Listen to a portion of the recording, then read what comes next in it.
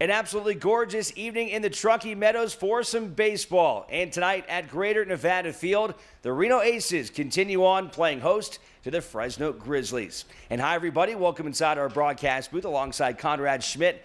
I'm Alex Margulies. Conrad, good to finally have you back on the broadcast. And I tell you what, this could not be any nicer for a setting when it comes to baseball. It's really nice to get back into Greater Nevada Field. Love this ballpark, spent a lot of time in my life here, and I love being able to come back and call baseball games. We'll see if the Aces can get back on track. They enter play tonight just 5-14. Last night falling to the Grizzlies 9-6. But at the end of the game, Yasmani Tomas pummeling one, almost got it into the river. This guy's got a ton of power. Yeah, a lot more power early in the season than last season for Tomas this year. A lot of good things we're seeing from him. Slow start for the ball club, but we're seeing some good things from Tomas and Crone, and sometimes you see these clubs start out real slow, and it's all how you finish and if you're in the race at the end of the summer. All right, let's take a look at tonight's starting lineups. First for the Reno Aces in the middle, Travis Snyder. He's been on a tear. Third best in the PCL, comes in hitting .414, a veteran that's really tearing the cover off the ball. Yeah, this is a guy that goes back to my playing days. Really good bat. He's been able to just really give himself a good career. Had kind of an interesting path, found himself in independent ball last year, but battling his way back. Baseball is funny things that happen, and now you see him at the top of the AAA PCL. All right, let's take a look at the Fresno Grizzlies' first year in affiliation with the Washington Nationals. It's their first trip as a Nationals affiliate here to downtown Reno. In the middle of their order, Jacob Wilson has been outstanding. 8 home runs, 23 runs batted in already this season. Coming up next, we'll give you the starting lineups, and we'll have first pitch from Greater Nevada Field. It's Game 2 of the series between the Reno Aces and the Fresno Grizzlies. Coming up next.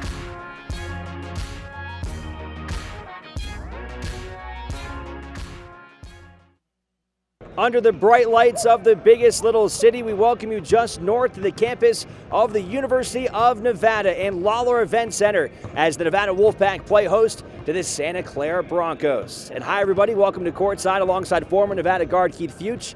I'm Alex Margulies. The Wolfpack coming off an incredible week at the Paradise Jam, winning all 3 of their games in the Virgin Islands, topping Fordham, Valparaiso, and Bowling Green by an average margin of 18 points. And Keith, in that tournament, Jalen Harris was incredible.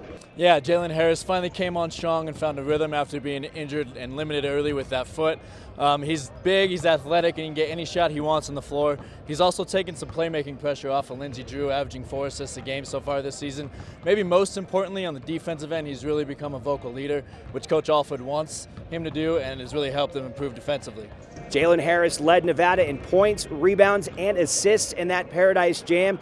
Not to be outdone by Jazz Johnson, who had 15 threes in that tournament as well. He comes in riding a hot hand, third best in the NCAA, and made 3-pointers. On the other side for Santa Clara, they come in hot themselves, 8-1 under fourth-year head coach Herb Sendak, who has been around the game of basketball a very long time. And this team has an inside-out presence led by Guglielmo Caruso, a 6'11" big man from Italy. Yeah, and Nevada struggled this year with big men in their 3 losses so far, and Guillermo Caruso is a really efficient big man at 6'11". He can score inside, he can take you out on the perimeter, and he plays really good defense inside. He's second in the West Coast Conference in block shots this season. He's going to be another good challenge for Nevada's big men tonight. In terms as a scoring threat, he's shooting 68% from the field. Nevada will have their hands full with Caruso. Should be a great one here tonight inside Lawler Event Center, a non-conference matchup, Mountain West versus West Coast Conference. Nevada and Santa Clara will have the starting lineups and tip-off coming up next.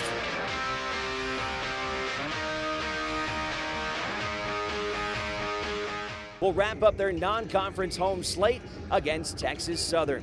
And welcome to Courtside here inside Lawler Event Center alongside former Nevada guard Keith Fuchs. I'm Alex Margulies. Nevada trying to put a game last week against BYU in their rearview mirror, a blowout loss in Provo. Nevada has had some time to wash that one away. Yeah, they had 7 days to reflect on that loss.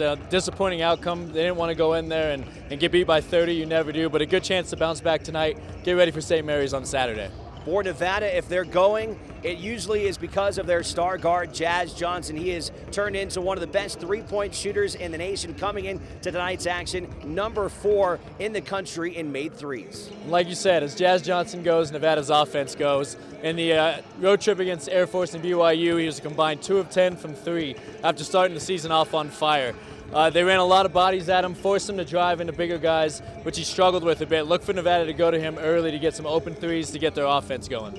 On the other side, Texas Southern, led by Johnny Jones, who spent a year here under head coach Eric Musselman. He's got this group fired up, and their star guard, Tyreek Armstrong, will be a handful. Yeah, Tyreek Armstrong didn't play much last season, but later in the season got into the lineup and really started to flourish. He's carried it over into this year. He's a smaller guard at 5'10", but he can score from anywhere on the floor and shoots the 3 really well. Nevada's guards are going to have to use their height and length to bother him, get him out of rhythm so that they can get their offense going on the other end. All right, should be a good one here tonight inside Lawler Event Center. The Nevada Wolfpack and the Texas Southern Tigers will have the starting lineups and tip-off coming up next.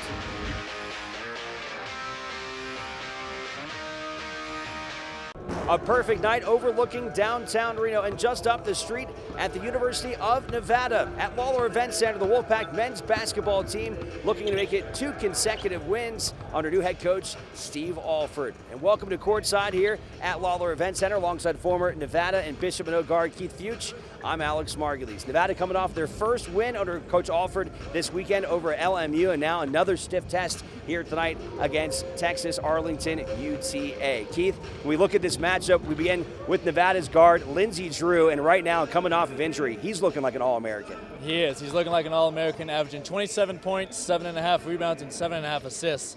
That's a crazy stat line to even say. He's been everything for the Wolfpack so far this year. Controls the pace of the game, controls defense, offense, gets everyone else involved, and he's simple with what he does. You saw it the other night against Loyola Marymount. Late in the game, he came out, 5 minutes left, he hit the ball in his hands. He's going to take care of everything. On the other side of the floor, Jabari Narcissus for Arlington leads a team that returns 5 starters from a season ago that finished second in the Sun Belt Conference. This is a tough physical basketball team. Very tough and physical. They're going to get up in the Wolfpack on defense, and the key to that is a big guy, which is Jabari Narcissus. He protects the rim. He had 3 blocks against Tulsa the other night, but offensively, he also stretches the floor for him. He had 16 points and 10 rebounds. It's going to be a big challenge for the Wolfpack big men staying with him.